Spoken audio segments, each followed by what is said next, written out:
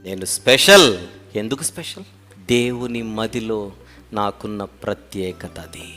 కొంతమందికి పాపం భలే తెగ ఫీల్ అయిపోతుంటారు, వాళ్ళు నన్ను పట్టించుకోవట్లేదు, వీళ్ళు నన్ను గుర్తించట్లేదు, వాళ్ళు లెక్క చేయట్లేదని. అసలు ఇది అర్థమైతే ఆయన లెక్క చేస్తున్నాడు. ఆయన లెక్కల్లో మనం ఉన్నాం, ఆయన మదిలో మనం ఉన్నాం, ఆయన మనసులో మనం ఉన్నాం. ఇంకా ఎవరి గుర్తింపు కావాలి? ఎవరి గుర్తింపు కావాలి? చచ్చిపోతుంటాం ఓసారి, వాళ్ళ కళ్ళల్లో పడాలి, వీళ్ళ చెవుల్లో పడాలి, వాళ్ళ దృష్టిలో పడాలని. దరిద్రం ఏంటంటే మనకి వాస్తవం తెలియక అంతే. ఈ గుర్తింపు తెలిస్తే, ఎక్స్క్యూజ్ మీ, ఏ గుర్తింపు కొరకు మనము తహతహలాడం. I'm right or not? ఈ గుర్తింపు తెలిస్తే, ఈ గుర్తింపులోని విలువ తెలిస్తే, ఈ గుర్తింపు ఎంత గొప్పదో తెలిస్తే, 21వ శతాబ్దంలో మనం ఉన్నాం. జగత్తు పునాది వేయబడక మునిపే మనకొక ఐడెంటిటీ ఉంది. అది ఆయన మదిలో.